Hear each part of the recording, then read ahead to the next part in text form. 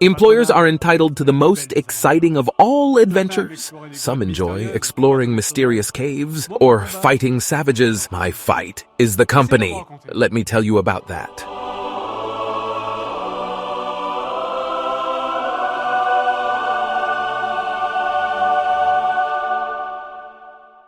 I am Henry Silverberg, a modest merchant from a family of commoners in the surroundings of Lyon. I was lucky enough to have land that was beautifully placed near the town hall, a stone's throw from the hostel and the local market. Some merchants would do anything to have such a well-placed piece of land. Although at first I was unsure about my talents as a craftsman, I decided to start as a blacksmith against all odds. Simple strategy. My forge will eventually allow me to forge my own weapons and armors myself. You know the old saying, knowledge is power, they say. That's the argument of the weaker. Weapons are power.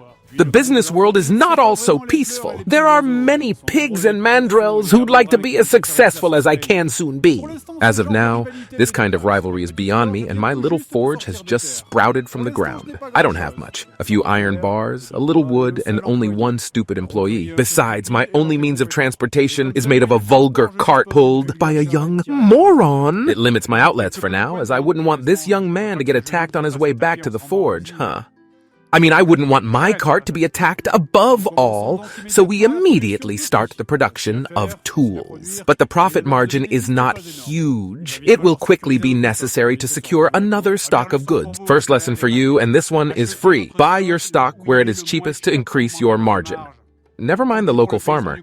He had better do it cheaper. So I send the cart to Macon, where iron is cheap, along with an escort. It's a dangerous trip, but I obviously care about the safety of my employees, right? It comes back quickly filled with iron and coal, which will allow me to move up a gear. The manufacture of daggers. Better profit margin. And I take this opportunity to hire a new employee because the purpose of all bosses is to let all employees work in their place, Otherwise, what's the point? Now that this is done with, it's time to start a family. I don't care about love and all that.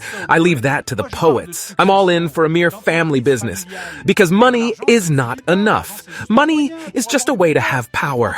And to have power, you have to have an influential family. And so it begins with a peasant wife. First thing first, it is better to aim low. I'm just a commoner with a small business. No wealthy woman will be interested in me. So I'm going to look in the lower class. They aren't very smart nor beautiful, but they are as strong as workhorses. My future bride will be Sabrina Lum, a solid young woman of 19 years old. Well, she's a little old, but it'll be fine. In addition, she limps. I guess she'll be easier to catch that way. I offer her to limp a little with me. It proves to be efficient. That beggar isn't used to men talking to her so politely. Must say that with the flies around her, I'm a bit more tempted to offer her a bath at the tavern rather than a ring. She becomes my new priority. My business can wait. I just regularly make sure that everything is going well at my forge. While my competitors are already at war, their buildings have started to burn. It's a bold strategy that has already proven itself. There are two schools of thought in the business world. Either you ruin your opponent commercially by lowering your prices drastically, or you set them on fire. It's faster, more efficient too if you don't get caught. In the meantime, I'm just doing my things. I'll meddle in that business later. That is to say, when I have weapons, I get myself a second cart and satisfy my damsel. But obviously my skills as a blacksmith have somewhat altered my skills as a charmer. But the Silverbergs do not let go of their prey easily. Day and night I harass the beggar until she finally cracks. I could have offered her some perfume, invited her to take a bath at the tavern. It wouldn't have hurt her really. But it's expensive and compliments are free. It's just a little longer. No ceremony either. A kiss will suffice. Then we must produce heirs. Come on, no more wasted time. Go to bed. Then after sex, money. And here is quickly a new problem. We have no more iron and stocks are dry everywhere. Not an ounce of iron available anywhere. It's a huge problem since production is stopped. And I pay employees to do nothing. We must diversify our production. Second lesson for you. Don't put all your eggs in one basket. The key to success is investment. If you have several businesses, you can sacrifice one or two so that the other more profitable ones survive. So you have to climb the social ladder. Here, I'm just a commoner, but I have to become a citizen first to be eligible to own a second business. Fortunately, the world is well done because everything revolves around money. I just have to shell out a big pile of coins, and here I am, a citizen. The rise to power, after all, always starts with a little corruption. It now remains to know which business to open. For that, nothing could be simpler. Just do a simple market study. Iron is still overpriced, but silk is worth nothing. It's perfect. I'm opening a tailor's shop right next to my residence. My second business? It's a moving moment, I confess. This is the most important thing that happened to me this year. That and the birth of my son. Sabrina gave birth to a baby boy, young Theo. A nice boy who will dedicate his life to our company. But no time to rest. It's already time to make a new child. She doesn't want to work, so might as well be useful.